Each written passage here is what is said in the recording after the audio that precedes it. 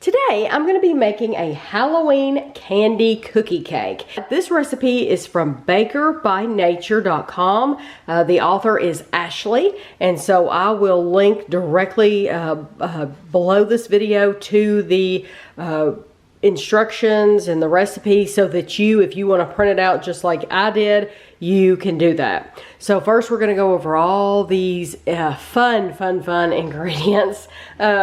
You need 2 sticks of unsalted butter melted, 1 cup of light brown sugar, 1 cup just regular granulated sugar. This is 1 egg plus 2 egg yolks, and it says at room temperature. They've been out. By the time you get everything out, trust me, they'll probably be room temperature.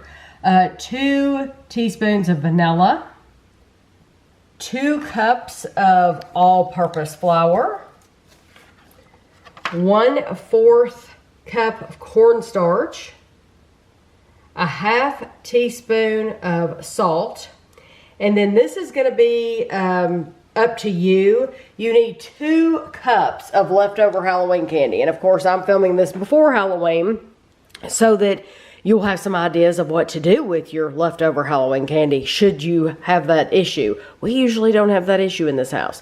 But you need 2 cups of whatever assortment you want. So literally this is, if you have dark chocolate and mint and that's your thing, if you have chocolate and strawberry, filled with strawberry, whatever you have. I chose things that I like, so and that I know Kevin will like. So you need 2 cups total. So what I did was I used a 1/4 cup so that I could add a bunch of different kinds of candy. So I have a 1/4 cup of M&Ms. I have a 1/4 cup of Reese's Pieces. For these pumpkins, I bought 2 packages. I cut up 1 of the milk chocolate pumpkins, but I used both of the white chocolate pumpkins in there. So that actually made 1/2 cup right there. And these are not exact measurements, I'll tell you that. The candy is not exact. Because the Snickers bar, I'll use the whole Snickers bar. So it was more than a 1/4, but I used the whole thing. This is one of those little Members Mark toffee truffles. If you watched the review, we loved them. There are 3 of those in there. This has the Ghirardelli squares. There are 2 milk chocolate caramel squares, and there are 2 dark chocolate sea salt caramel squares cut up. And then this last bowl is really a mix and match. These are Buckeyes, the Anthony Thomas Buckeyes. There are 2 Buckeyes cut up in there, and then there are some Ritter Sports. So there is this one is a praline, and I cut up 2 of those in there. And then there are 2 of these as well. The Choco Crisp, there are 2 of those. So then that's just for the cake part. And then for the chocolate frosting, you will need 4 tablespoons of unsalted butter, very soft. So I have that sitting out right now. It'll sit out the whole time, so it will be very soft. 1½ cups of confectioner sugar plus more if needed. A 1/3 cup plus 2 tablespoons of unsweetened cocoa powder. 2 tablespoons of heavy cream. You know what? I have it in the refrigerator. There's 2 tablespoons of heavy cream in the refrigerator. I wanted to keep it cold while I was getting all my stuff out, but I do have it. You'll see it at the end. 1/4 teaspoon of salt and 1 teaspoon of vanilla. You want to preheat your oven to 350 degrees, and you want to spray a 9-inch pie plate. I think mine's like 9.5. It's a Pyrex. I sprayed it with vegetable oil. I didn't think there was any need to use Baker's Joy that has the flour, so I just use regular vegetable spray. In a large bowl, you want to beat your brown sugar, your granulated sugar, and your butter until it is all combined.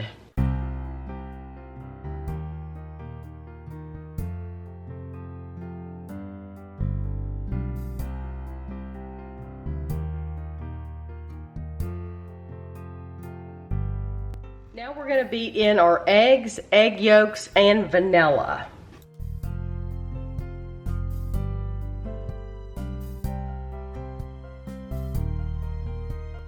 want to mix in our salt, cornstarch, and flour, and you want to mix it until it's just combined. You don't want to over mix it.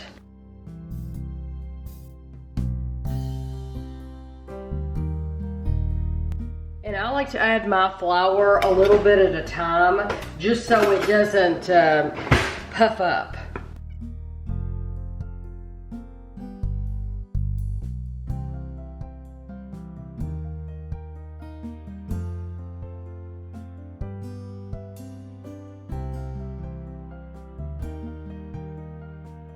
Make sure you don't over mix that part, it says. And now you're gonna, all that candy that I showed you, you're gonna fold that in, and it's gonna be very thick.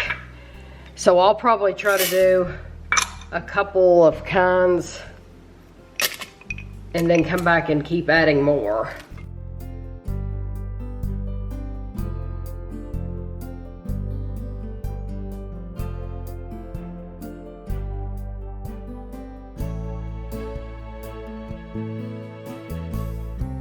We're going to take this whole mixture and spread it out in our pie pan.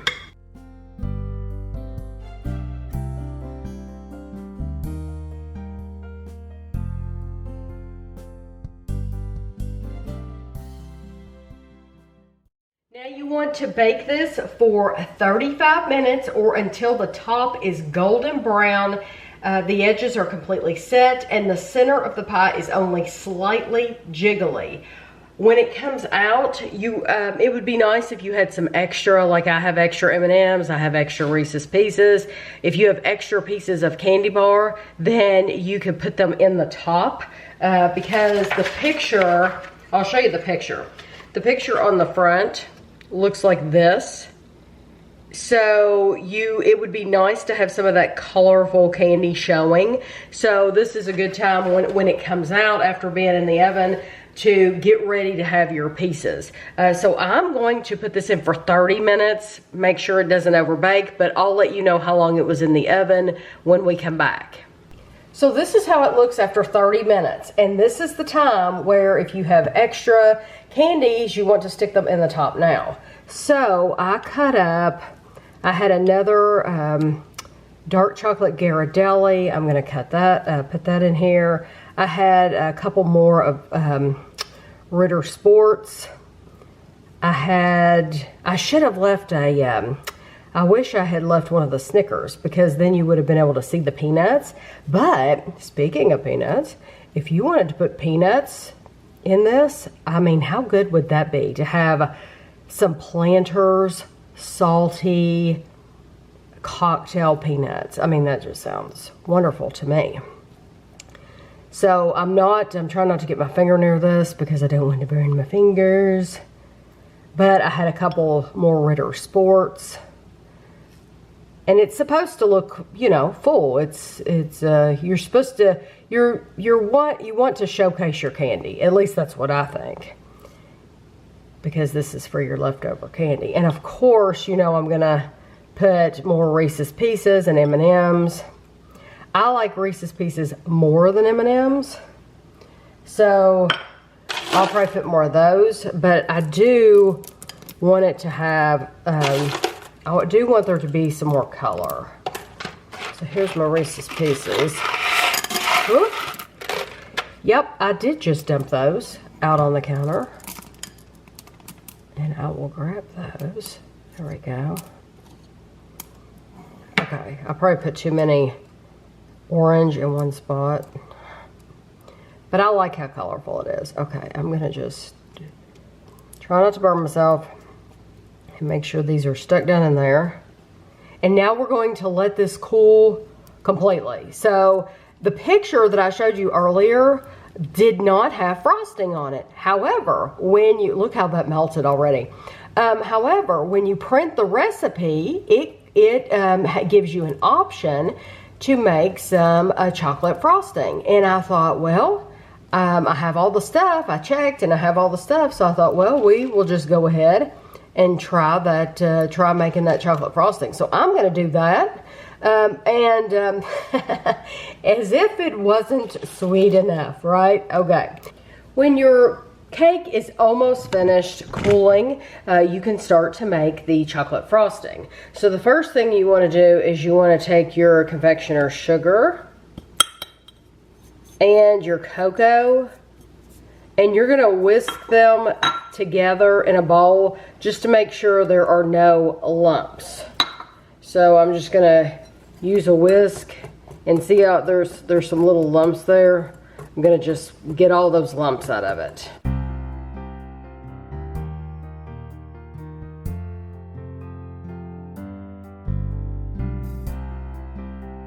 Butter has been laying out this whole time, so it is extra soft. I mean, it's as soft as it can get without melting into a puddle because it's been out for a while. So we're going to cream this, and it won't take long.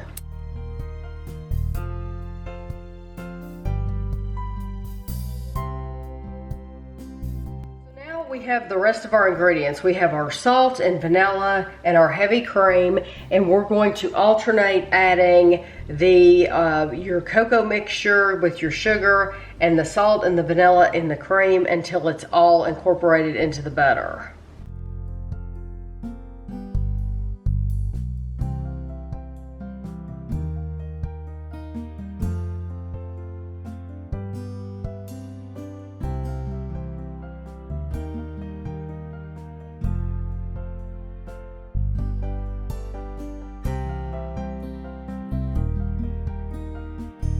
Let you know in the recipe that you might need some more heavy whipping cream.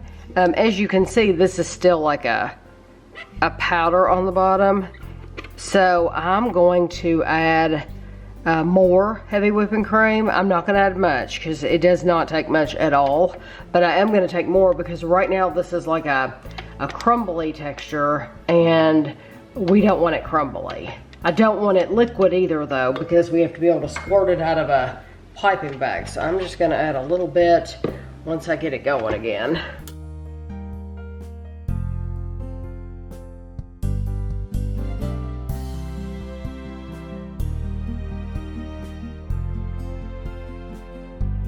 That still seems really, really thick to me. So I'm gonna scrape down my bowl again, and I'm gonna add just a little bit more of the heavy whipping cream, and then we should be good to go. But I want to make sure that I scrape the bottom of this bowl, and you can see it's extremely thick, and I don't want it quite that thick.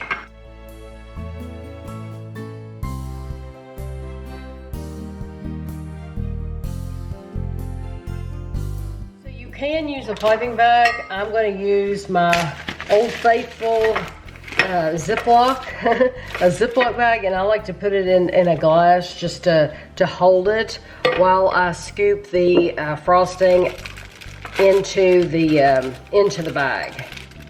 And it's thick, let me tell you. I might need a spoon though instead of this scraper.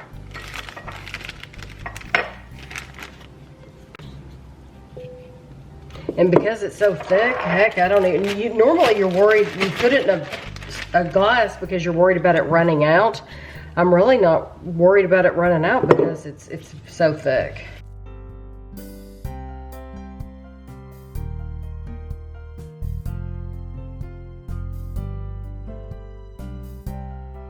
I'm gonna work this down to the corner so that I can, when I cut it, I'll have a tip to work, to squirt it out of. Okay, here is my pie, and it has been cooling for an hour and a half. So it is very, very, very slightly warm on the bottom, but not very warm.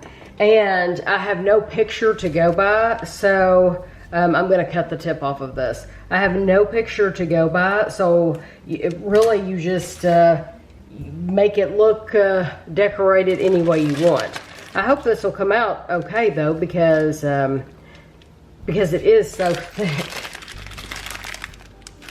So let's see. I want to put it in some places where there's not as much candy.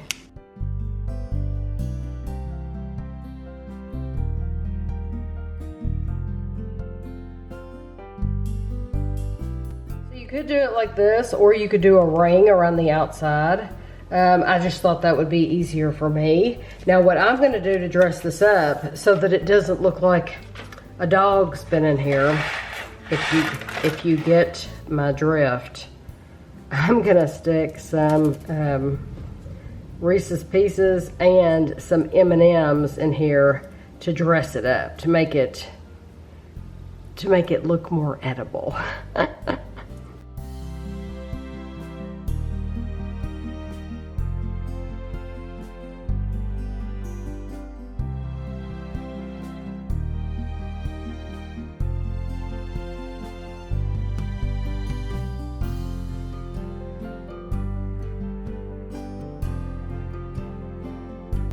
I'm gonna cut this, and I'm gonna, even though it's a cake, I'm gonna cut it like a pie.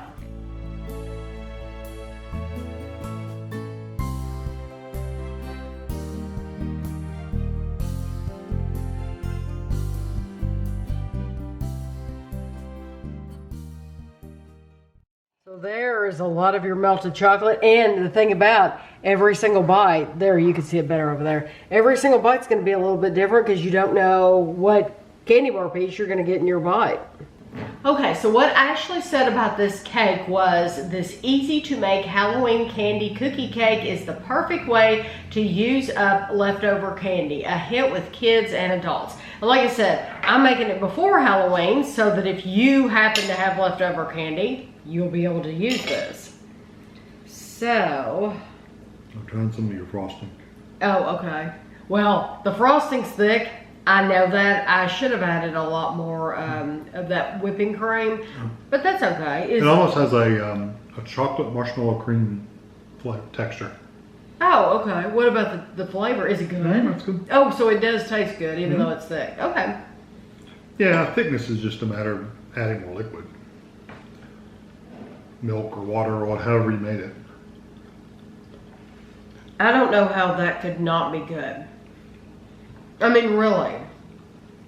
I got like a butterscotch flavor. How could you make this and it not turn out wonderful? Did you have butterscotch too? Mm-mm. Huh.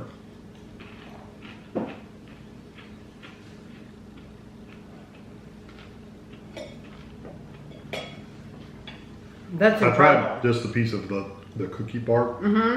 It has a good flavor. It's a little plain by itself, but you've got so much other stuff going on. There's no way you could say it's ever plain if you eat it all. Okay, I'm gonna get a piece of the back because that's where. That's what I got. Okay.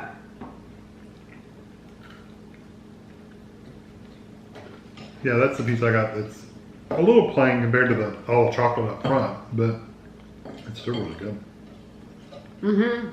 It's plain in comparison to all the chocolate. It's amazing. But it's not plain. It's absolutely delicious. No, I like the texture of that. The frosting? It says too. No, I said it's like a thick marshmallow cream. It says you can use any variety of chocolate candy you have on hand for this cake. Cake is best eaten the day it's made. But I could see that because it would get kind of all dense and hard in there. But it said it will keep for 3 days. I can see this would be a lot of fun for a kid's party, or I mean, if you like over-the-top sweet desserts, that's what this is. This is like as rich and decadent as something you would get at the Cheesecake Factory of a big piece of cheesecake, and that's probably about how many calories that is. But like I said, you could use, if your obsession is mint, you could use Junior Mints, Andy's Mints, York Peppermint Patty, and I mean, you could have all of them and load it up. You could definitely do different things. We could have gone completely different and done, you know, had a Butterfinger or a Hershey's, or if you like Cadbury, and they have all different, like Cadbury especially has all different flavored bars. You could have put those in there. There's just a lot you could do with this. I got a little hit of chocolate. I'm assuming, I mean, not chocolate. I'm getting lots of chocolate. Peanut butter. I know. That's the thing is the other peanut butter was the Buckeyes? No, there's a Reese's. Okay, because I thought that was a Reese's peanut butter is what I tasted. Yeah, there are I ended up using both packages of 2. There were 2 white chocolate pumpkins with peanut butter and 2 milk chocolate pumpkins with peanut butter. She's trying to kill me. But if I made one again, I do think it would be fun to, because I do love peanut butter so much, to do just a peanut butter thing. That way you know that in every single bite you are going to get some of that Reese's peanut butter. Because I haven't gotten any Reese's peanut butter I got one bite of it. So I'm hoping that in this piece, I see some of that Buckeye on top, but I'm hoping there's some Reese's in there too, because that's what I really like. So I want to be assured of getting some of that Reese's. But It's super sweet. it's awesome. Yeah, very good combination of flavors. Yeah. So I hope you enjoyed the video, and thanks for watching.